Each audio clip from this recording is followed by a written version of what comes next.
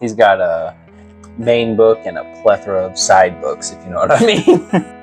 And he actually ended up at one point saying that he was better than Jesus because he created a bigger movement that had a more lasting impact. In my gatekeeping philosophy, if I'm saying that I believe those questions have a place in the journey into philosophy, there are a ton more cards in a deck of DNA. Oh my goodness, a deck of DNA. That is such a cool term. Because in a just war, you're not killing somebody for their sins. Oh, so I know how we create world peace.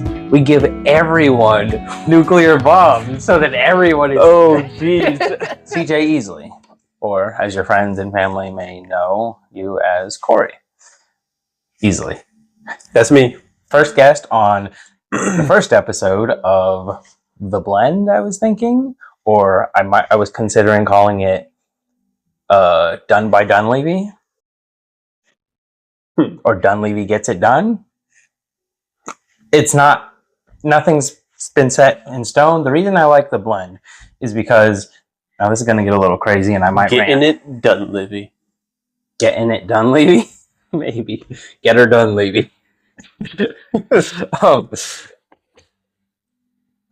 reason I was considering The Blend is because I don't know if you saw my whimsical video of my first-person shooter blender video. Oh, I didn't see that one though. Yeah, okay. I saw the Minecraft one. Minecraft? Yeah. Oh, yeah.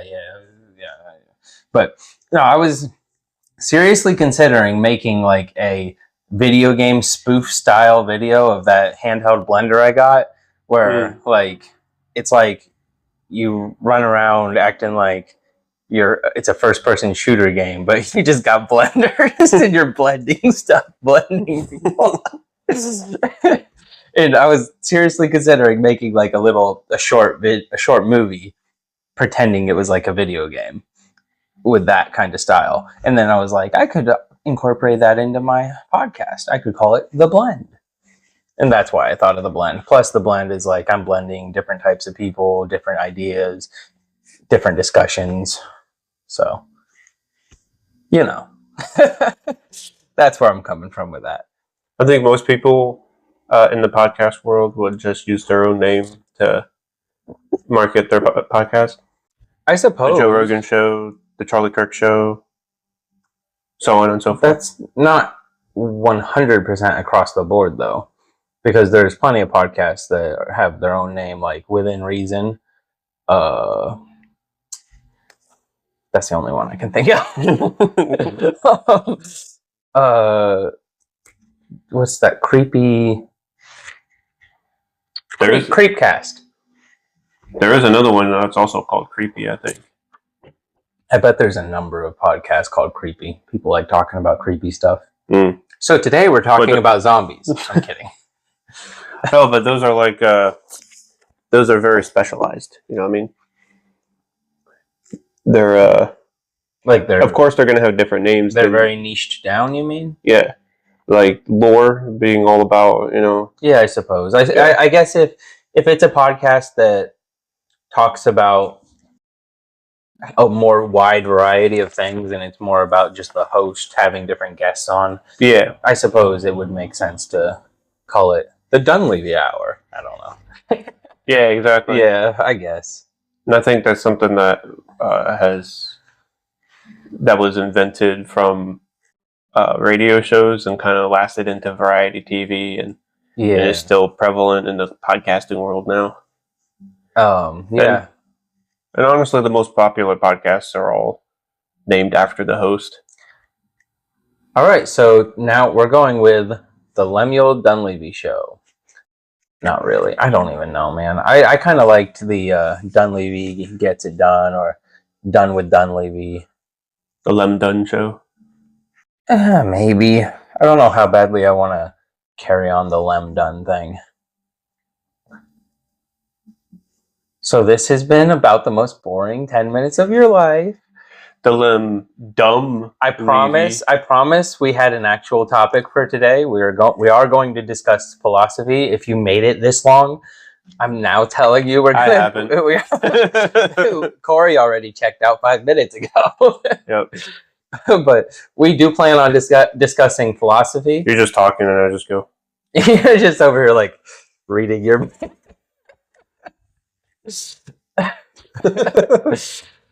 Speaking of reading his book, I failed to mention that C.J. Easley is a published author. You see a couple of his works here. He has another one there. He works on many other works. We actually worked on a project together. Well, a number of projects, but a writing project together. Yes. It may come out in 30 years. Keep an eye out for it. Yeah, I don't know if it's ever going to see the light of day. I don't know. I'm not going to say definitively that it won't. It would be a lot of work to pull together the pieces of it and keep it going. The thing is, we've been working on that project since, 2017? Yeah, you have a lot more experience as a writer since then, and so do you. Even I do too. Even I haven't published anything, but even as I progressed throughout the book, I got better, and so now it's like I'm looking back at 5 to 10 chapters of just nonsense, and it's just so much to edit. You know what we could do? We could just put it in AI and let AI. I'm kidding. I think I just accidentally screwed up the sound. I went to scratch myself and I didn't realize my mic was there, so there's probably going to be a noise. Is it just don't let it annoy anybody? Yeah. Well, the thing is, like, the first part of it was worked on.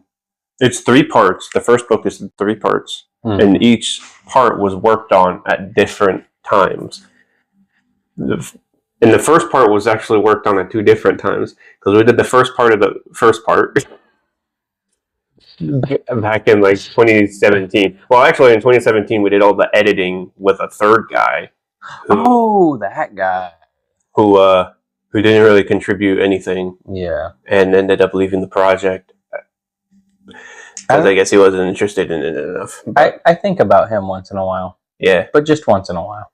And then I think we did like the first part of it shortly after this book came out, or shortly after I was done writing this book. No, that was before this, because this came out in 2021. So it had to have been like 2019, 2020. And then after this came out, we picked up with the rest of part 1. Well, we really planned on publishing that. We were putting a lot of work into it. Yeah. But then when we finally had the whole thing together, we started working on the second book in the series. But we sent the full book to test readers, and it was really bad. I've never gotten that bad of a review on test reading. Yeah, really, a test reading for stuff that I was genuinely going to publish, like had plans to. Wow. I don't know. I think it's pretty good. I think it's pretty good, but I think that first part really needs some editing. Well, just as I mean, it's a little bit of a spoiler, but one thing that we wrote in it that we had to cut because everybody was like, "What is this?" A character had a rug and started rubbing her feet on the rug to show everybody else that it was a rug? Feeling nice. I don't even remember that. Oh, what was that? My wife roasted me for that line for weeks. Where was that at? I mean, don't spoil too much, but what part of the story was that in? Was it Jaina? Yeah, that was Jaina, yeah. Was it in the store? No. Where was it? After that. But before part 2. I don't remember it. Oh, was it? Oh, my goodness. I do remember now. Okay, that whole scene had a few issues. I don't think it was the worst scene ever, though. And then at another point in the story, a character is using a flashlight, walking through a place, and a noise scares him, so he covers the flashlight.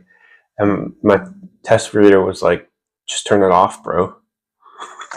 I mean, maybe, but I could see an instance where it would be easier to cover it Like if you just like your finger's not already on the button and you need to make it happen fast, just like real quick. I could see it happening. But anyway, coming to you in 2058. It'll get done eventually. Yeah. I really like the stuff that we wrote after part 1, especially part 3. Part 3, I think, is very, very well made. The premise of the story is honestly very cool too. Yeah. If we could just flesh it out and write it properly, it would be unique. We specifically set out to think of something that hadn't been done yet, right? Right. Like, but that's also a thing, is like there would be no way to market it, basically. It's an idea that would be hard to market. Very difficult to market that idea. It would be difficult to market without giving away the twist. Basically, we just have to trust on word of mouth and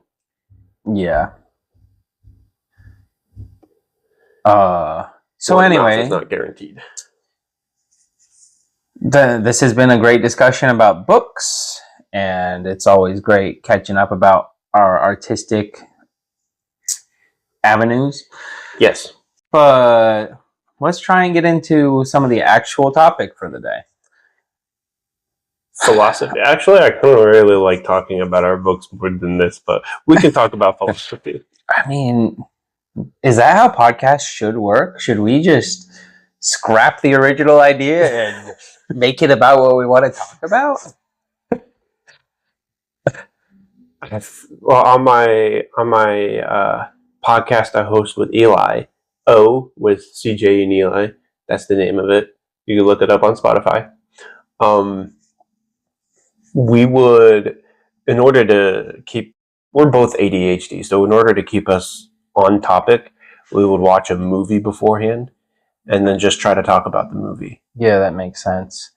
But then we'd still end up going on random tangents. Yeah. The thing I wanted to do with this podcast is almost have it be like an interview style, because you are the guest on the podcast. Okay. So I'm interested in knowing your thoughts. So it's great to sit here and talk about our books. If that was the topic, I would have. Did you think up some questions for me on philosophy? I mean, there's one specific question, but all right, shoot. Well, hold on a second.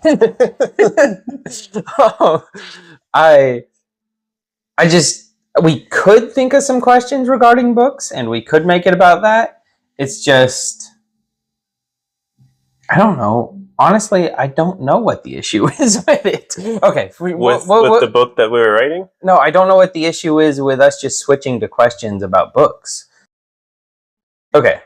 Well, we can do questions about books, and at the very end, we can just ask that philosophy question. Yeah, okay. Yeah, we'll keep the viewers clinging on to for their curiosity about what this mysterious question is.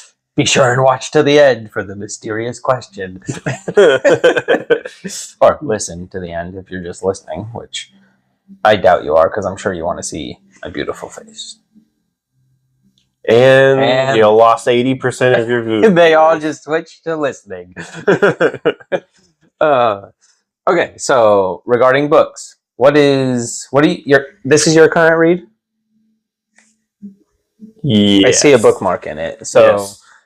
I say yes tentatively because I actually kind of have multiple current reads. Same. Because like I do I have this is my main book. I'll say that. This is my main book. I have a couple backup books for when I'm not really interested in continuing the main book. But the main book, I usually read that until it's done. He's got a main book and a plethora of side books, if you know what I mean. Yeah. I don't like the connotations, but that's exactly what it is. Yeah, that's what it is. I know exactly how that feels. This one is Gates of Fire by Stephen Pressfield. This book is actually taught in the military. Okay. Apparently, it's taught in the military. It's about the Battle of Thermopylae, which was a very famous battle, popularized by the movie 300. It's when the Great Persian Empire under King Xerxes was invading Greece, intending to subjugate the entirety of the country in order to use it as a base for invading Europe. And 300 Spartans, along with a couple thousand hoplites, went to the pass of Thermopylae and forced Xerxes into a 3-day battle, which ended up getting Sparta the time they needed to. Even though all 300 of them were killed, it gave Sparta the time they needed to mass up and fight against them. Yeah, I mean, I saw 300. I haven't read that book, but I saw the movie, and it is a very awesome story, awesome movie. I highly recommend it. It's a good movie, yeah. So that takes care of that question. So here we are back at the more book questions. Okay, so we talked about what you're reading right now. What am I reading right now? I guess I'll tell you. So much. I don't finish books. I really enjoy starting a book and then just leaving the rest up to my imagination. So a couple books I've started recently. I came across a book about Buddhism, which I've never really looked into. It was called Zen Keys. Don't remember who it was by, but I read a couple chapters and it was really cool, talking about mindfulness and why mindfulness is important and stuff. And then I stopped reading that one. But what else did I start reading? Does Buddhism have a canonical text like Islam and Christianity does? I don't know if it has a canonical text. I feel like, and like I said, I barely even started looking into this, so I could be wrong. I feel like it's more, there are just like famous Buddhists who have written books that are, and they're in different languages, so you got to get them translated, as if the Bible wasn't ever in another language. But yeah, the one I have is a translation of an old book in. Because I looked up for Hinduism whether they had a canonical text, and it answers on Google or To Be Believed. They kind of have a canonical text. They have a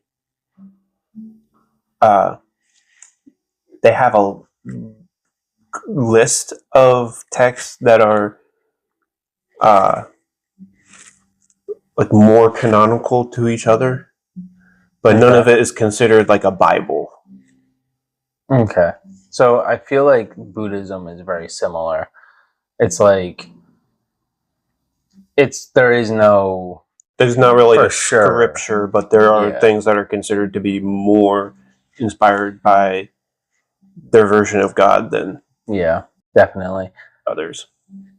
And now that we covered Buddhism and Hinduism, how about Mormonism? I was just watching a video. A guy was talking about all the hidden stuff about Mormonism that a lot of Mormons don't know or care to know. And it's a lot. Well, apparently, Joseph Smith didn't even. That's the prophet who wrote the Book of Mormon. Prophet, real upstanding guy. I use that word very loosely to describe him. Just that's what Mormons believe. He was a prophet, but he didn't even teach from the Book of Mormon, really. Yeah, wasn't it more like? Well, he wrote the Book of Mormon. Yeah, he did, didn't he? But most of the rules he made for Mormonism are outside of it. And he actually ended up at one point saying that he was better than Jesus because he created a bigger movement that had a more lasting impact. Well, if I could be misremembering the timeline, but if I remember right, and if the video I was watching was to be believed, I think Mormonism actually has grown very exponentially in a short amount of time. That is true. That is true. So he might be onto something in a way. Well, it did grow exponentially, but I don't think we'll ever see a movement grow as big and fast as early Christianity did. Maybe. Because within the span of like 30 years, it was already influencing more than half of the Roman Empire. I don't know if we'll ever see any religion grow very quickly again, because at this point... In fact, will we ever actually see a new religion pop up? Well, they do. Scientology started, and I don't know if you consider that a real religion, but they pretend it's real. And I'd say that's... I don't know for sure, but I'd say that's probably like one of the newest religions. That was from the 80s, wasn't it? Is that when it was started? I'm not sure. I know it's newer, though. I know it was started by, I think, a science fiction writer. Oh. And the story, and correct me if I'm wrong here, because I'm not going to lead you wrong on purpose, but I might do it on accident. But apparently the original writer who started Scientology let it become a religious text because he was going to lose the rights to it, and he didn't want to lose the rights to it. Okay. I mean, that's interesting. I don't know if that's similar to how it's used today, because I believe that it's used today as like people just being able to say they're part of this religion to get all kind of benefits and tax exemptions, like celebrities and stuff. I think that's how they use it today. So it is kind of similar, but it's a whole different demographic that's using it, it sounds like. Like, it's all the higher-ups that just say, oh yeah, part of Church of Scientology. I don't think anyone except Scientologists really take that as a serious religion, because of exactly the reason that you said, with people using it as a means for tax breaks or social standing. Yeah, exactly. Which that does happen in other religions. People who take religion seriously probably won't take Scientology seriously. Yeah. So now that we covered most of the religions, well, religion and philosophy are intertwined. Oh, so here we go, getting into the actual topic of the video. We'll get there eventually. So philosophy, the thing is, I happen to be very interested in the things that you were throwing darts at. You said, I don't like all that stuff. For context, he posted a video where he was talking about, what was the question? It's a famous hypothetical question, the blender situation, where you're shrunk down to, I think, the official size. Some people don't use an official size, but it's technically the size of a nickel, and you're placed in a blender. And you have 60 seconds before the blades turn on. What do you do? And it's just supposed to be a thought experiment to see how a person reasons and uses logic to get out of a situation, or try and be creative to get out of it. But my response to it was that I don't really like those kinds of hypothetical questions, because I feel as though they're replacing real philosophy. Yes, and so really what I wanted to get at today is I wanted you to explain in further detail. Like, I could have discussed it with you over text, but I was like, oh, this would be great for a discussion on a podcast. I would like you to discuss in further detail what you see in older philosophy. Well, I think it can happen today too. I just don't think it really does too much, you know. But I feel like philosophy is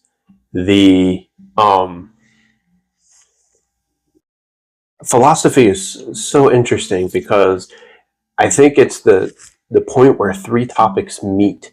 And if you have any of those three topics alone, people get very, very emotional, insecure about it, and angry.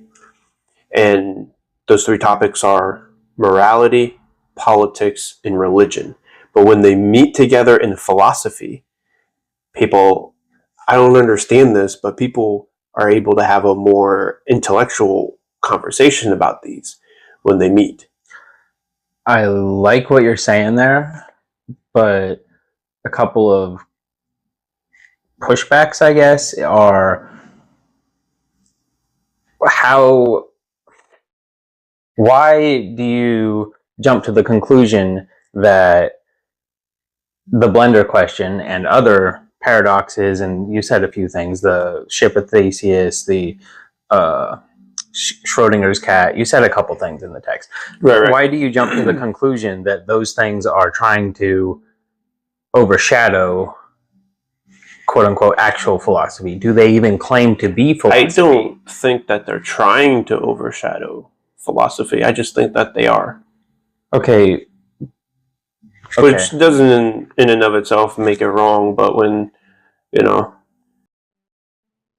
when we're talking about philosophical movements, you're talking about Ayn Rand's individualism, Nietzsche's insistence that technology killed God, but when you have,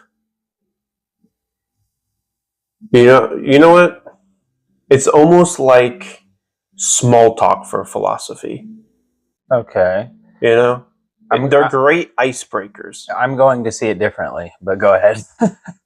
Yeah, they're great icebreakers, I think. All right. So in my view, in contrast to your view, is it's like we've had so much great philosophy in the past that has led us to the point where we've already got, we can look at the past philosophy and that's already established. But now that we're asking these specific questions, we're diving into how a specific person or individual's mind works with these questions. Whereas ancient philosophy may have covered a broader spectrum of people. Now we can ask these questions and study the individual responses. So not everything has to be a broad, I look around the world and I see the philosophical trees moving. I don't know. like there's philosophizing, and then there's these questions that we can actually study how the human mind works with these questions. Right. They're more applicable to daily life, but they're always applicable to problem solving. Really, which there's nothing wrong with. I don't think there's anything wrong with it, but philosophers of days gone past, and even today, not that I can't really even think of a philosopher who's active today, but I'm sure there are a good movement of philosophers today, but they tackle a wider range of topics than these questions allow. And you don't want it to be boiled down to just these questions. Exactly. Pretty much. I love that these questions are like an icebreaker and can start a conversation that goes into deeper philosophy. But I don't think that's what happens. Okay, so I feel like it may not happen with everybody, but I feel like it's almost like a gateway where a person who could find interest in philosophy, it's like listening to a Metallica song for someone that's never listened to metal. It's like gateway drug to philosophy. And as you were speaking, I was thinking of this comparison: music compared to philosophy or questions, of philosophical questions. So we've got this new music today, which has its good points, but then we've got people who say, oh no, only classic music is good. So I feel like you could draw that comparison between music and philosophy. Wherever there is an interest, there's going to be gatekeepers. Yeah, so I don't think it's necessarily good to gatekeep philosophy by saying that the people who only ask these modern questions are missing something. Like, am I gatekeeping philosophy if I'm saying that I believe those questions have a place in the journey into philosophy? which is exactly where we're getting here. I'm saying, like, the questions are good because they're getting people who would otherwise not get any philosophy, not be exposed to any philosophy. They're giving them access to it. And maybe then they can get deeper down the rabbit hole and get into the classic philosophers, just as many music listeners might listen to modern metal, hear a Metallica song, and be like, okay, now I want to look in the past and see what metal was like in the past. I do like metal. Me too. So, No, that's you're picking up what I'm putting down? No, I'm picking it up, and I think it's a very good point, and I would agree with you. I'm just the only point I'm really stressing here is that I don't think it often leads to that, and I think a lot of people will ask themselves these questions, and then it's not always going to lead to that. Just like how with modern music, a person listening to modern music isn't always going to find themselves feeling pulled towards classic music. But let's also push back on something else here. It's not like those questions haven't been around forever. Just as long as the philosophers have. So, in one way, the comparison of listening to modern music to get a deeper appreciation for older music is true, but it's also not fully the truth because these questions have existed alongside of these philosophers. In fact, a lot of the times, those classic philosophers are the ones who first posed those questions. Okay. I just don't think that there's a lot of a point to them. I mean, if we're going to stay on the music analogy, that's the word I'm searching for, then that would be like saying that there's not much point to the key, the to A and to E. There's not much point to a major scale and a minor scale because they're pieces of the broader spectrum. There is a point to modern music, and it's I'm not saying it's good, but it has its appeal. Like the most of it sticks it with like one within one scale, what's the term I'm searching for? Well, it also depends on what modern music you're looking for. I mean, yeah, and that's another thing with that. Sorry, I didn't mean to cut you off. That's another thing that compares philosophy, direct comparison philosophy to music is if you get below the surface of modern music, there's really good music still being made. If you get below the surface of modern philosophy, there's still really good philosophy being made. Can you make philosophy? No, that is a question. That is a question right there. Can you make philosophy? Title of this episode: Can you make philosophy? Is philosophy made, or is philosophy a science? Because I mean, I think science can be applied to almost anything. So I think there could be a science to philosophy. But there's a science to things, but is that thing a science? No, I think those are two different questions. I'd say, yeah, that's harder to answer. What even is a science? Is it appropriate to call anything a science? Scientific relativism. Everybody's been debating moral relativism. That's out the window. We're talking about scientific relativism. Like, you can say there's a science to almost anything, but can you say that anything is a science? Well, can you say that there's a science to anything without having a definition of science in your head? What is the definition of science? I mean, I fall back on like the scientific method, the hypothesis and the experiment, like whatever the heck, however the steps go. Okay. So then the question is, does the scientific method produce or discover? Well, it discovers. I think so, it too. produces at the same time because it depends on how you're looking at it producing. It produces results. Using the scientific method can produce results.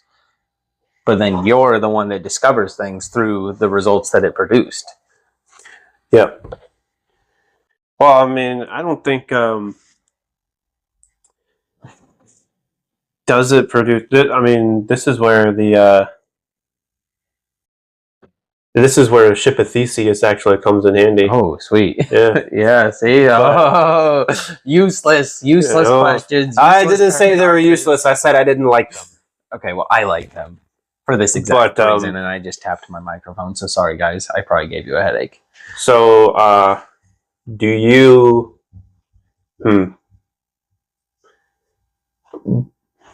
So everything that comes from science already exists. It doesn't invent new elements or whatever. But by combining elements and more complex or complexities of these elements, do you combine enough of those to make a new thing? Well, or is it still just I think complexity upon complexity of stuff that already exists? Technically nothing new under the sun.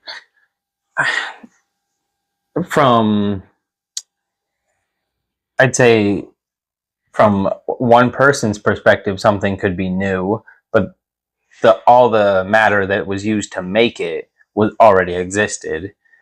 And so it's new to us. Maybe we write a new book. It's new to us, but all of the elements that went into it, the letters, the words, and everything. Even the physical elements, like sounds, the paper. Yes, exactly. Everything that went into it. Even the imaginations used to give the characters voice and body and sense are all already here. I suppose, but that's a crazy way to look at it. It's like our imagination already existed before we existed. Did it exist before we existed? Because if it didn't, then that means our imagination was created when we were created, or born, or whatever word you want to use. So, did we just disprove ourselves? Is imagination created? Well, everything has been created at one point. I don't think there's really a point in arguing that it wasn't created. I mean, whether you think that it was on purpose or an accident is, more of a theological question. Well, I just don't know if the word created would be the right. That's why I was like, when I said we were created, I was like, oh wait, we were born. I don't know if that counts as being created. Well, what happened to us before we were born? We were like inside of our father, I guess. And then before that, I know we're getting into the weirdness here, but before that, he was in his father. Maybe, scientifically speaking. So, scientifically speaking, a sperm cell isn't a person, and it's only a person when the egg is fertilized and the DNA is created. I don't know about all that. So you're saying that there was a creation because when they came together, they were created. Yes. Okay. Yeah, I see where you're at. A sequence of DNA was created in that moment that will never be repeated again and has never existed before. Yes. Oh my goodness. That's going to make me think about something I was thinking about the other day that just blew my mind. And I guess let's talk about it. Sure. Okay. Do you know about 52 factorial? No. Okay, so you might not have heard it expressed in that term, but have you ever heard someone tell you that no deck of cards, there will be no two alike decks of card shufflings ever? If you shuffle a deck of cards, you could shuffle a deck of cards for eternity. Everyone could shuffle a deck of cards for eternity. And you would never. The sequence of cards would never be the same. Exactly, and that's why I thought of it when you said that one person being created will never. Yeah. Yep. Well, think of that, and like, it's even more plausible about that with a strand of DNA because there's so many more components to DNA than there is to. Yeah. Yeah, it's like there's a lot more cards in a deck of DNA. That is an amazing analogy. There are a ton more cards in a deck of DNA. Oh my goodness, a deck of DNA. That is such a cool term. Coined 2025. Corian Lemuel coined deck of DNA. We're going to write a book about it. The deck of DNA. That is amazing. You're a philosopher now. Yeah, we're philosophers. See, this is exactly how it happens. You talk about the small questions and it leads to the big questions. But, yeah, deck of DNA, that's cool. That also kind of goes into what... It was an older philosopher that said this. I want to say it was Socrates, but I don't know for sure. But he said, basically, you never visit a river the same. You never visit a river twice. Because the man has changed and the river has moved. Oh, yeah. I mean, it's the same everywhere in nature. I drive down... Every experience, no matter how boring it is likely the only time you'll ever experience that. Yes. It's a deck of experience. But I wanted to bring it back to the question that was asked. Is philosophy a science? Because we kept going and going, but we never answered that question. So, well, I still am not really sure what I can say is a science. So I don't know how I'm supposed to say whether or not philosophy is a science. Can you give me an example of something you can point at and say that is a science? Biology. Okay, a literal science. Oh, yeah, I guess so. Biology, chemistry. I think. I mean, in my opinion, it's a the definition of a science is the study and exploration of rules in which man has no control over. Okay. So, but for your answer, biology, that is what's the word I'm searching for? Like an actual class, like biology is taught. So when you go to a biology class, you're going to a science class. So yes, basically, I guess same we could for chemistry. I guess we could say that if it can be condensed down to a class, I don't think going to a science. Well, then we got to go into other definitions here, because okay, Jordan Peterson. Because I don't think biology can be contained within one class, and in fact, I don't think after all the biology classes you take up until maybe even including college, you never learn everything about biology. Oh, I'm sure. And in fact, a lot of the learning about biology or other sciences is learning what we don't know, and thus discovering that there's more we need to be learning.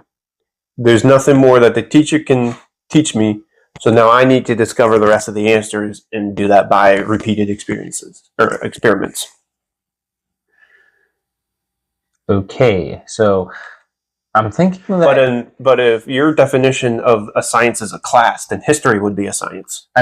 No, well, I mean, technically... Writing would be a science. Technically, there's a science to history.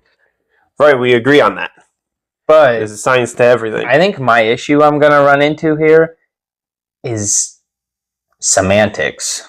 Semantics. I don't think it's proper to call anything a science, because definitionally, science itself is like something you do. So you think people don't do philosophy?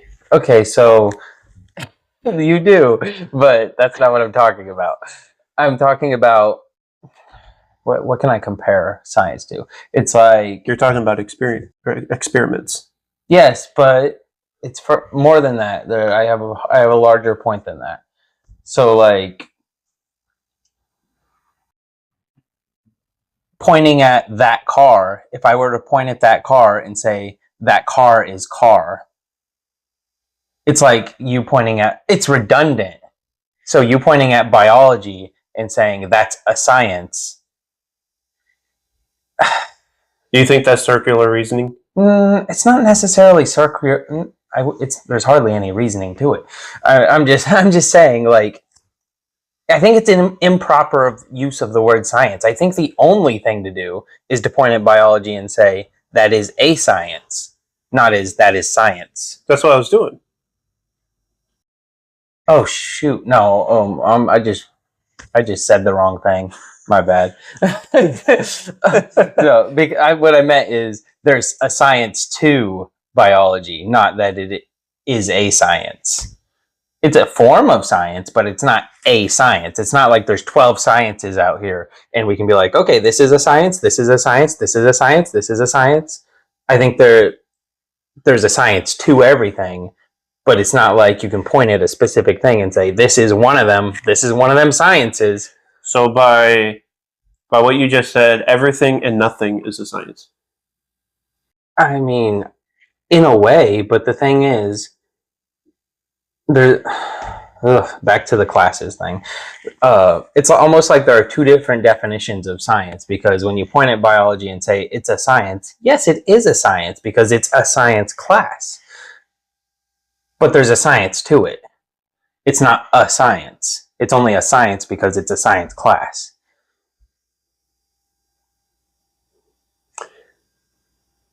That's the only way that it fits the definition of science as a science, is that the fact that it's been turned into a course that we take. It's a science course. I don't necessarily subscribe to that idea. I mean, I think you're very close, though. I mean,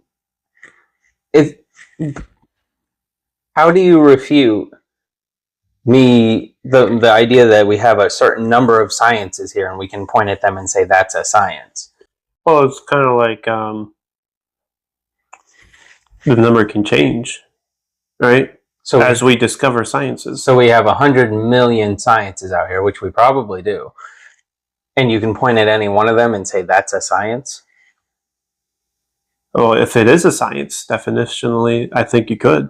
But well, I'll give you an example. There really wasn't, there really wasn't an aeroscience until we took to the skies. And then we discovered that science. And is that a science? I still think that's why I say it's semantics, because I still feel like I look at that and I say there's a science to it, not that it is a science.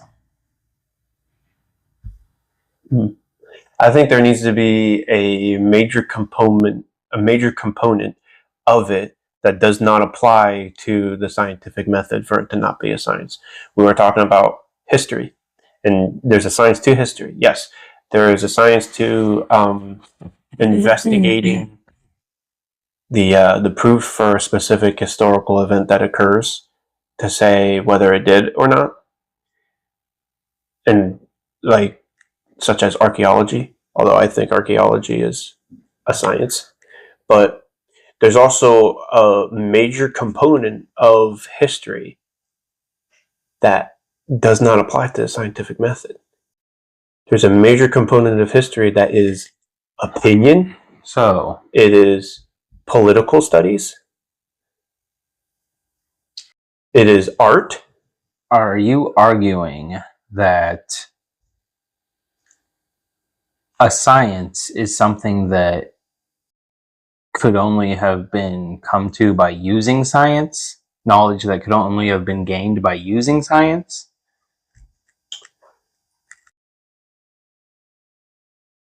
I guess I am, but I'm willing to hear a refutation of that because I'm not sure if I fully subscribe to that sentence. I'm not sure that I do. I do refute that. I still think it's a semantics thing where it's like it feels wrong to call something a science because like it still is just something that has a science to it. Is there anything that is only science? Like nothing about it is outside of science, I guess. And that's where I see the only time that you can say that's a science is if it's like a science class. Like it's a term that we've used for science classes for specific instances of types of science. So you think science is strictly a transfer of information, of education? Not exactly. And that's the science is when information is discovered and then transferred to the next generation. I'm not saying that has to be a guaranteed definition. I'm just saying that's like the only way that society has given us the opportunity to use the phrase a science properly, because we've said that these are science classes. So we can point at them and say that's a science because it's a science class. Is this conversation science or is it philosophy? Or is it both? I mean, well, I think it's mostly philosophy because we're not really. Are we using the scientific method? What I don't think we are. In a way, like maybe because we're shooting hypotheses back and forth and flushing them out. A verbal kind of scientific method, I guess. I guess that would be more of like a legalistic method. Ooh, a legalistic method. Like examining evidence as lawyers do. True, yeah. So anyway. But if we want to get to the question of is philosophy science, should we just do a compromise here and just pull up a definition of science on our phone? I mean, maybe, but my phone's currently recording, so go for it. I'll bring it up, and then we'll try to answer the question. All right. Since we can't settle on a definitive sentence on what science is. Sounds good. Science definition. Accidentally wrote science with an X. And that didn't work for you, did it? What do you mean? It worked. It got you there? Okay. Mm-hmm. Google knew. Noun. The systemic study of the structure and behavior of the physical and natural world through observation, experimentation, and the testing of theories against the evidence obtained. If we use this first definition, philosophy is not a science. There's a second definition. It's there's a note that says this is the archaic definition of science. Knowledge of any kind. Okay.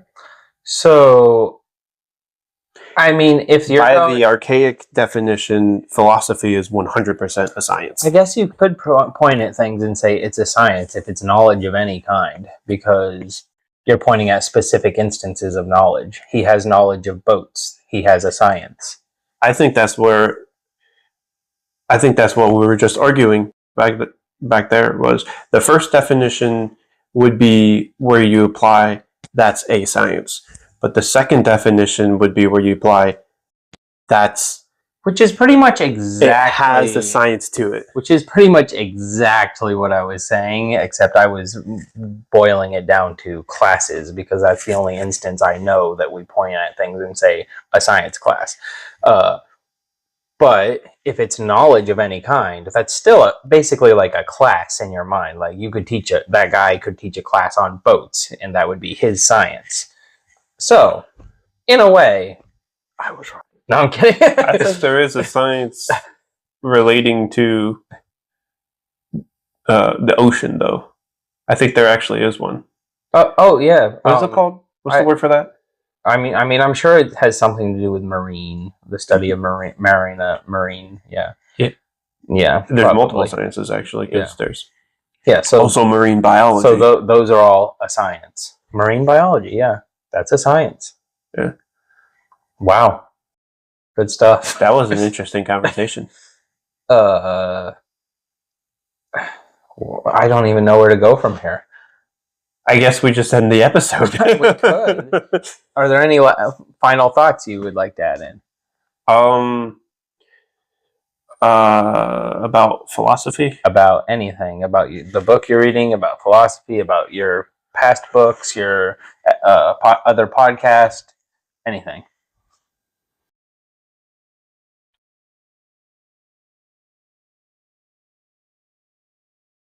Okay, since I'm reading this book, I'll ask a question for you that is related to philosophy. Okay. And science. Okay. Is a war a philosophy or a science? Is a war a philosophy or a science? So is war in general. Is war a philosophy or a science?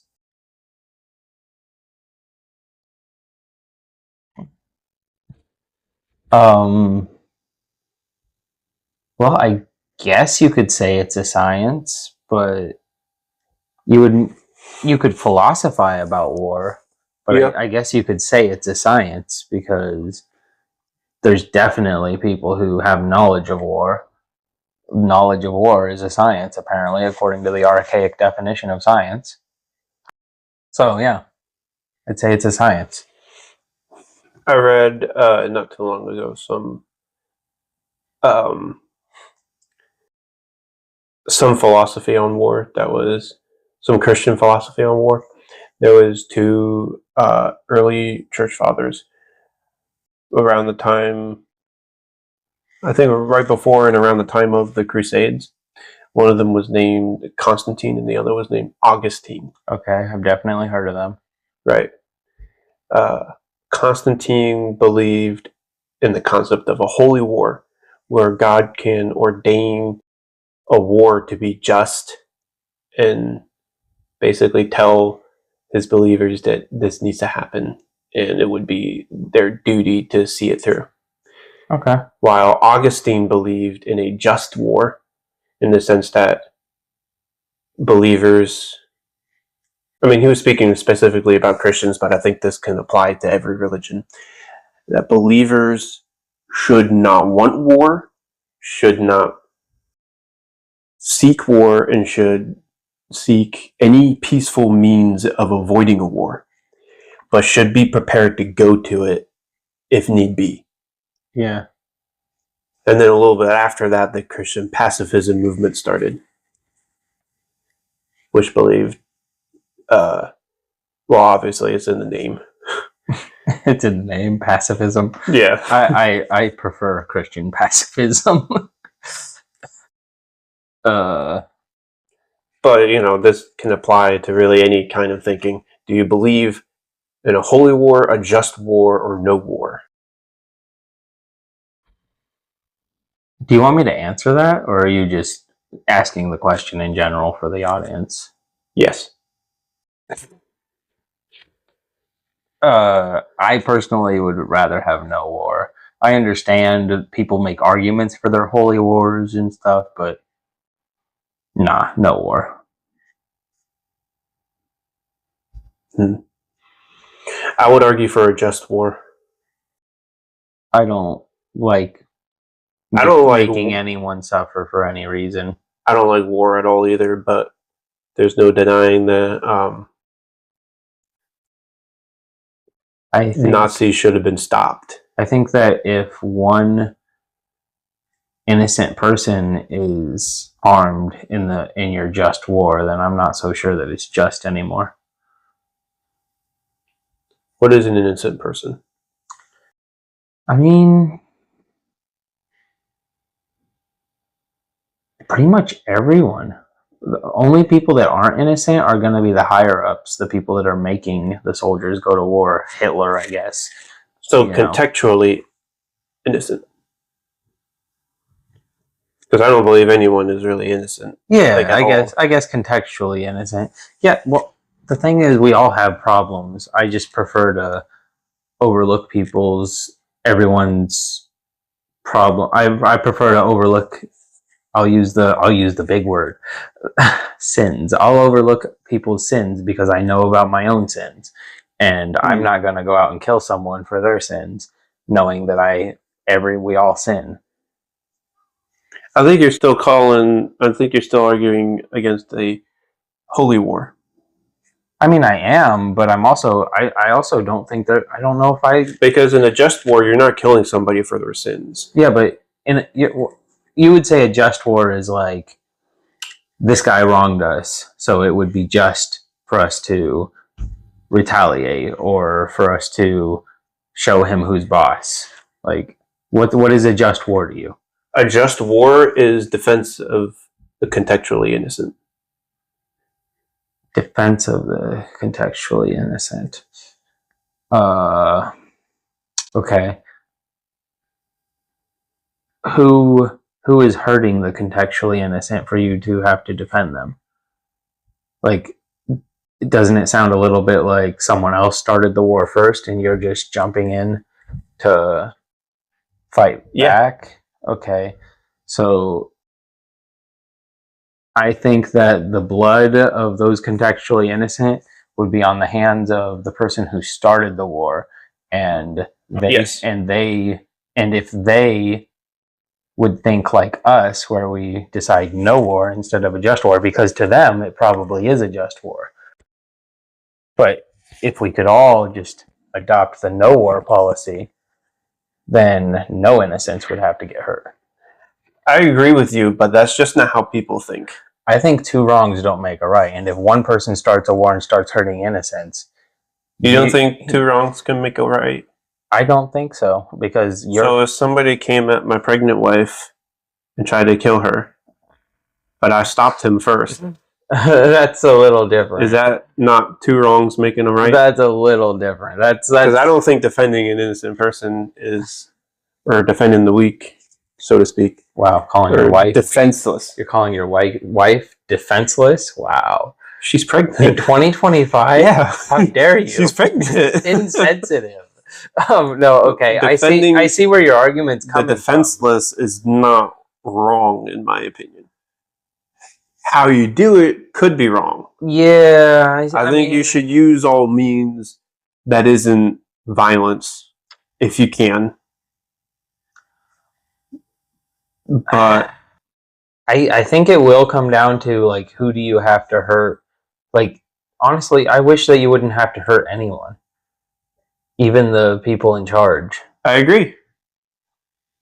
And I'm glad I'm not in a position where I make those decisions, because yes, I would want to help people who are defenseless, but I also don't want to create more defenseless people. And create more defenseless people. Yes, because if you go in there and wipe out the person who's attacking defenseless people or hurting defenseless people, which I still don't understand why you would attack someone who's defenseless anyway. So that's on them for doing that. That's messed up. No, that's the mark of a good person, because, you know, not being able to understand why somebody would attack somebody who's defenseless. That's the mark of a healthy mind, in my opinion. It's just unfathomable. But this is happening, you know? Yeah, it definitely is.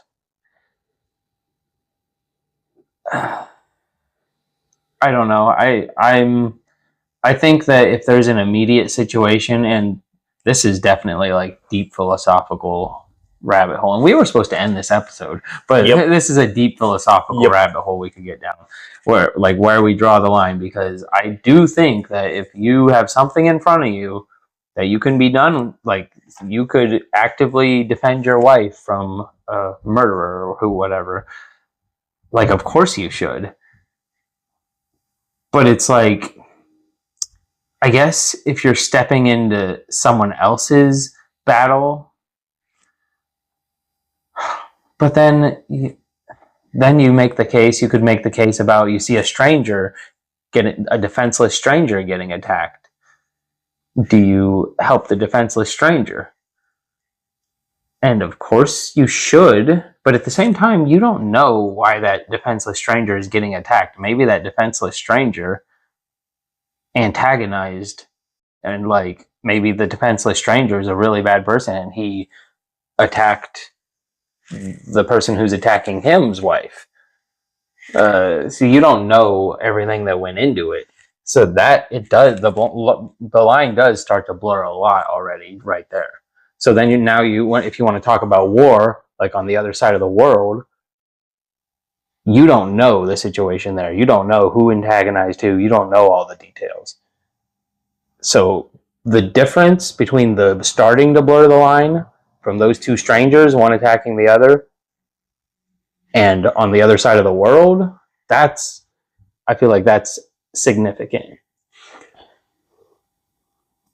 I actually kind of think it's easier to justify defending someone on the other side of the world? No, I think it's easier to understand what's going on when it's, an event that's widely reported on and has lots of history to it. Widely reported on? Because reports are always true, right? Well, no. But there's more information rather than you just happening upon somebody getting beat up in the side of the road and you know nothing about anything. You're telling me you would be more likely to just let a defenseless stranger get attacked by than you would be to attack someone on the other side of the world because you were told that there was someone defenseless over there? No, I'm just saying that there's more, because you're arguing... You're saying that there's more reason to defend the defenseless on the other side of the world. No, because what you said was you'll know even less when it's somebody on the other side of the world. Okay. And I was arguing that there would be more data to comb through. Okay, so I guess the whole you'll know less thing might not be exactly right. But at the same time, you don't know the things you've been told. You've just been told the things you've been told. You didn't witness the defenseless stranger attacking the other stranger's wife. Maybe it happened, maybe it didn't. You were told that the defenseless stranger attacked the stranger's wife. I mean, maybe you weren't. Maybe you don't know anything. But you could imagine that there's a reason why this defenseless stranger is getting attacked. Same as with on the other side of the world, you're told that this is what's happening, but that's still just a possibility. You didn't see it happen.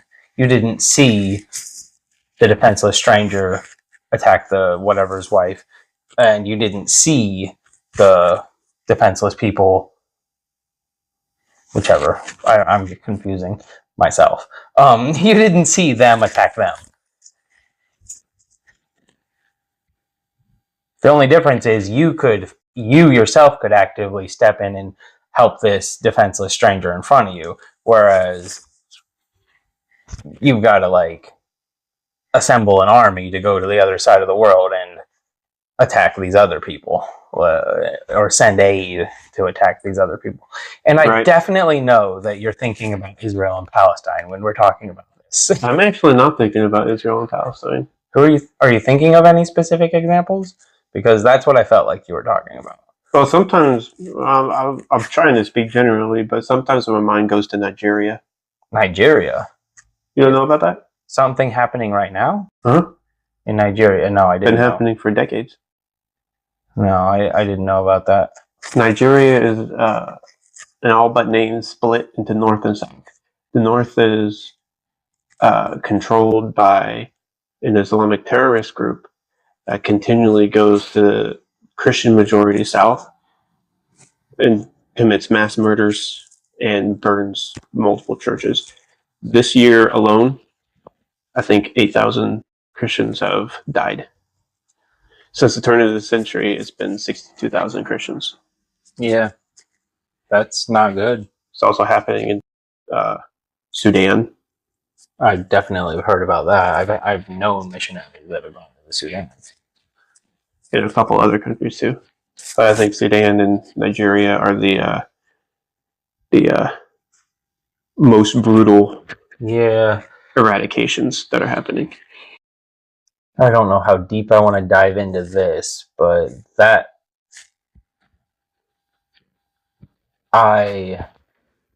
They call it the silent genocide because nobody talks about it. Yeah. What I mean that I don't know how deep I want to dive into, though, Because you don't really know much about it. Well, I don't know much about it, but I'm fine with sitting here condemning killing innocent people. I did it again. I'm fine with condemning innocent people on any side. Condemning killing innocent people. I don't know if I threw the word condemning in there. I sure hope I did. I'm fine with killing people. Somebody's gonna clip that. No, you used the condemning thing. Okay. You just forgot to put the killing. Oh, I'm fine with condemning. I'm condemning this. Oh, shoot. Okay. Yeah. Anyway. Luckily, right when you did that, I accidentally hit my thing, so maybe that blurred it out. It's all blurred out now. Good. Anyways, no, the argument that's wanting to come out of me, though, is this is a big part of why I don't support any type of organized religion. And that is because of Muslims going and killing Christians. Yes, Christians are the ones getting killed by Muslims now, even though I would still make the argument that you don't know for sure that there's no Christians killing Muslims. But if they didn't have a text or a religion telling them that they need to kill the infidel, they would find another reason. They probably would find another reason, but at least they wouldn't have a divine authority telling them to do it. They don't need a divine authority to want to kill. I mean, that's already ingrained in many humans. Atheism has killed more humans than any religion. And this is why I didn't want to get too far into this. Communism has killed more people than any religion has either. So we're not real worried about the Muslims killing the Christians. I'm worried about it because they haven't killed as many. People are dying. They haven't killed as many as communism killed. So let's worry about communism then. I am worried about communism. I can be worried about two things. Okay. I can be worried about more than two things. I'm more worried about people making excuses for the things they do. And under the Muslim doctrine, and if you look at the Bible a certain way, which Muslims do use the Bible, then there's plenty of justification in there for killing. Not just for killing people that aren't innocent, not just for killing people that aren't innocent. There's justification in there for killing people that are innocent. Well, Muslims don't really use the Bible. They say it's been corrupted. No, well, Muslims believe in like the Old Testament, and then they even believe that Jesus was a prophet, just like Judaism. Judaism don't believe. They believe Jesus was a prophet. They don't believe Jesus was the Son of God. I think the majority of them believe that Jesus was a political leader who got killed. Maybe a political leader. A lot of them maybe, but they don't believe he was the Son of God.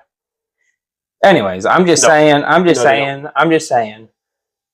using any ideology, even if it's not religion, to justify your killing is wrong. And killing and religion is wrong. I'm glad we've established I don't see where you could use atheism to justify your killing.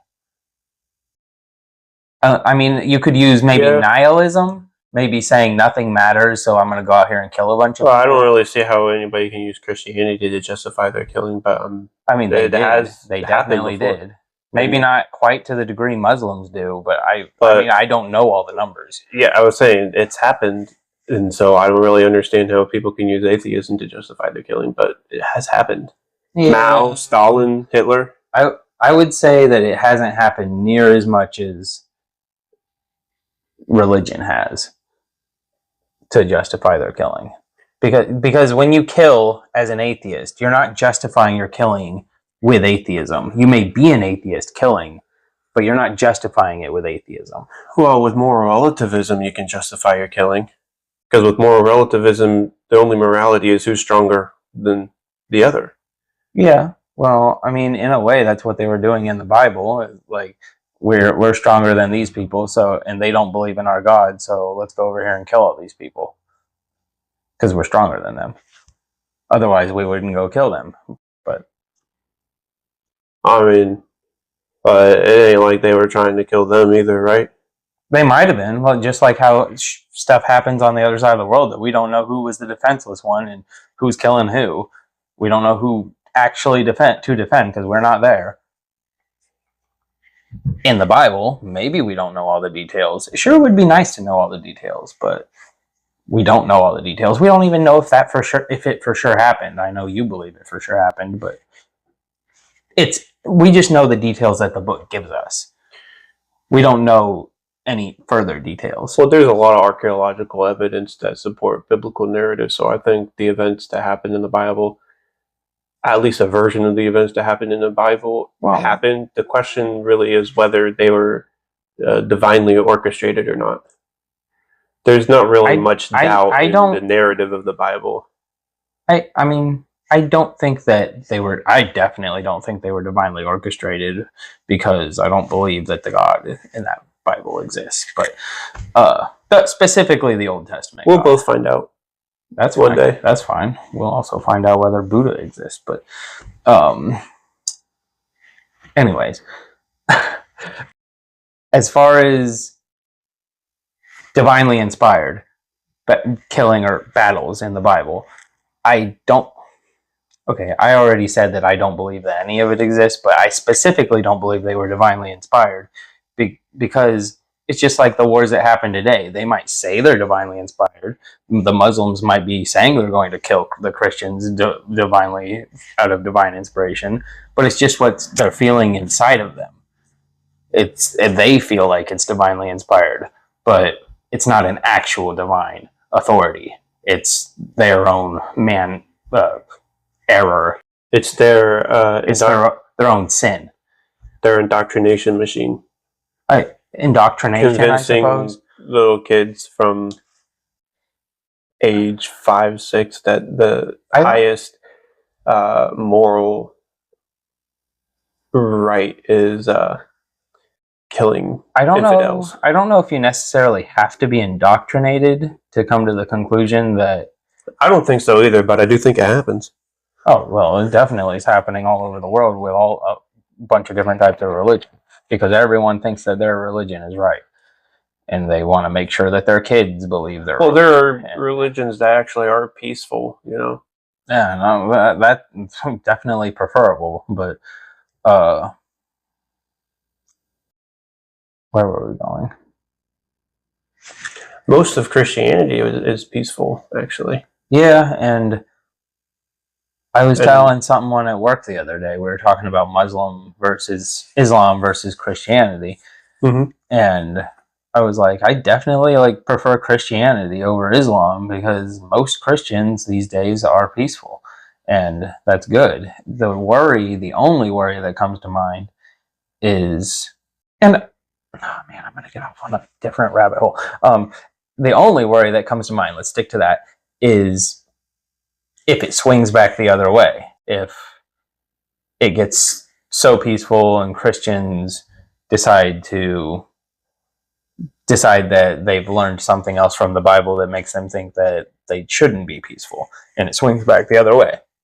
But the rabbit hole that I was thinking about jumping on a second ago, and I allowed myself to finish that thought before I jumped down it, is I also think that just in general, the longer time goes on, I feel like most religions will get more and more peaceful as the world comes together. We get more connected. We learn more about each other's cultures.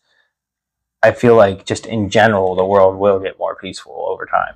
Whether it's Islam, which there are plenty of peaceful Muslims, I think that number is going to grow. I think the number of peaceful Christians is going to grow, which there's already plenty of peaceful Christians.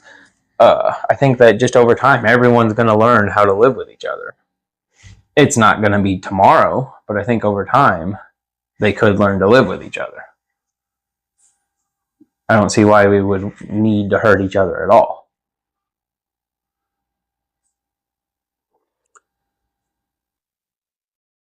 I'm not sure if I 100% agree with that. Yeah, I think that if you do see other cultures, then know people from other cultures, then you're more likely to be friendly towards them. Yeah, and that's my argument. If you look at history, though, the only reason World War III didn't happen is because of the invention of nuclear warheads. If nuclear warheads were not invented, the USSR and America would have gone to war. And then whatever major superpowers after that would have gone to war. I guess that's every couple decades we would have had another world war. I guess that's another thing that could be thrown in there with how we're connected, so we know each other more across the world. We also have a lot more destructive weapons, and people are a lot more afraid to fight. Yeah. So I think that's doing more for the survival of the human species than cultural intermingling. It might promote cultural intermingling, actually. Maybe we just needed a nice break from major Maybe not wars. Promote it, but enable it. Yeah, it's like we never took the time to just not have war and be peaceful with each other. And now that we're actually taking the time... There's still a lot of war in the world. Yeah, there is. I guess... Oh, so I know how we create world peace. We give everyone nuclear bombs so that everyone is... Oh, jeez. So that everyone is afraid to attack everyone. Boom! Problem solved. I don't think that's a good idea. Okay, it's obviously not a good idea, but in a perfect world, it would be a good idea. In a perfect world, there wouldn't be nuclear bombs.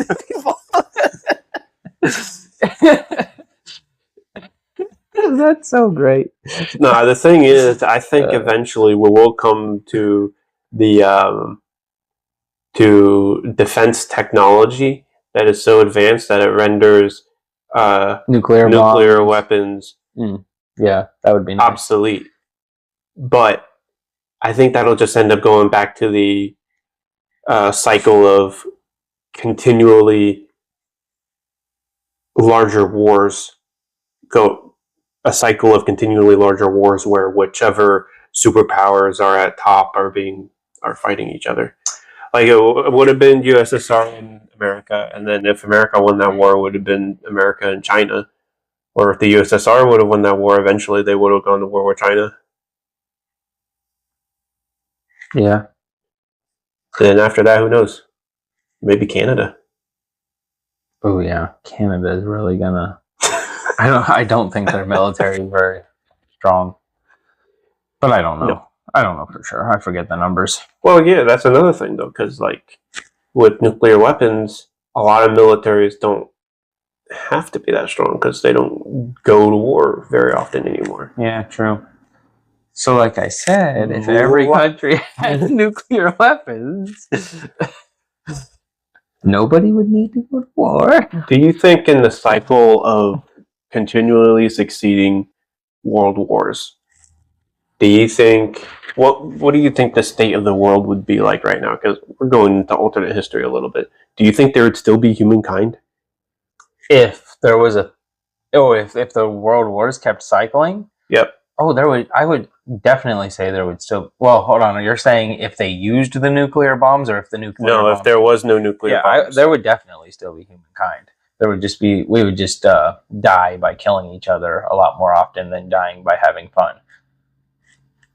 Because a lot of people die by having fun. Boat wrecks, car wrecks, crazy stuff. I think some people would argue that that is dying by having fun. What, war? Vikings. Oh yeah, maybe. I guess Spartans. I guess at the end of the day, yeah, that would be... Some people would see it that way. That was a heavy conversation. Yeah. We really dropped some bombs in this conversation. So I'm not going to ask you for any closing thoughts. Let's see. If I had some closing thoughts, I'd say, just to recap, a science is anything that is a type of knowledge, or a shareable knowledge, I guess. In closing, Oh, here we go. he believes that there should be no war. I believe that there should be next to no war. No, I believe that there should be no war, but we should be ready for it. That's a better way of explaining it. Okay. But plenty of violence in these 3 books. And plenty of violence in the book that we wrote together. Yeah, so if you want the book that we wrote together to come out sometime before 2058, then maybe leave a comment below and encourage us to finish it. We will finish and publish the book if the entire world agrees to destroy their nuclear weapons. Okay, but Didn't I argue that was a bad thing like 10 seconds ago? in a way, yeah, it's a good and bad, and we shouldn't talk about it. Thanks for watching. I was just saying something impossible because, like, what are the odds we actually finish this? Place money. Place money. Yes, on whether or not we will finish these books. Yeah. Don't do that. Thanks for watching episode 1 of Done by Dunleavy. It's going to have a different title every time. Right. And also, it was great having you on, and I would love to have you on again sometime. Thank you. I hated it. I hate it. I hated it, and I would never like to be on again. All right.